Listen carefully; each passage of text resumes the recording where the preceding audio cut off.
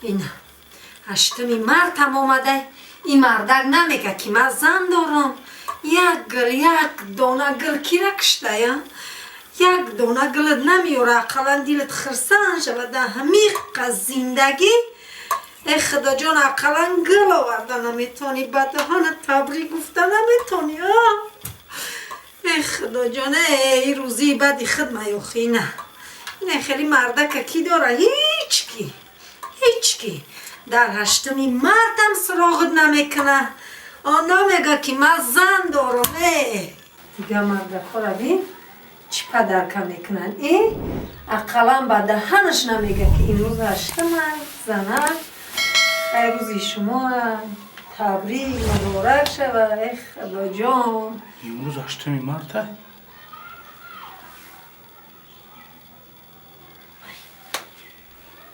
اگر توفاش نکنم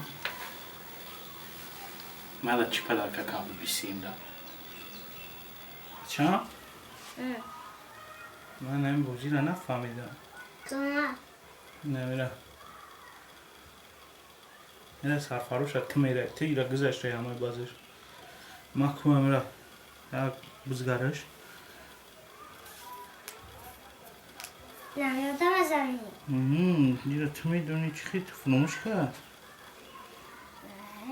دوچک بجوشی که نه چویمون میتن نه آمون میتن. مردک جان لبای جان امروز میدونی چی ایده؟ چی؟ امروز 23 فوریه.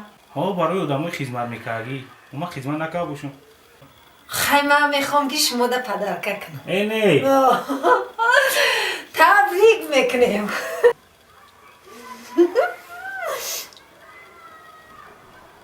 راما حوزبی زنک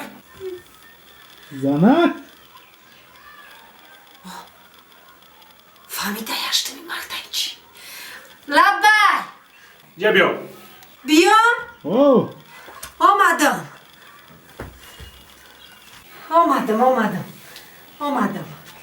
لبه امروز میدانی که هشتمی مرد هشتمی مردک من فراموش نمیکنم با نگوی که فراموش کرده ما مردک باید قرض مردکی را اجرا کنیم. نه من فراموش نمیکنم چه ایدی زنها و مادرها گپ زد که من تدا امروز چی تحفه بیارم.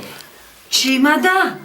با چی زنکی همسایه درکنی با تدا خیختان چی پدرکه میکنی مردک جان؟ من برای اون پرسیدیستم که مثلا من تدا چی پدرکه کنم که آته خرسان شای مده با زنکی همسایه درکنی تدا بخی مردک جان میشه و یکان چیزی که در گردنم کشال کنم در دستکم بدازم در چلیکم دازم با در گوشمم کشال کنم مردک جان میشه؟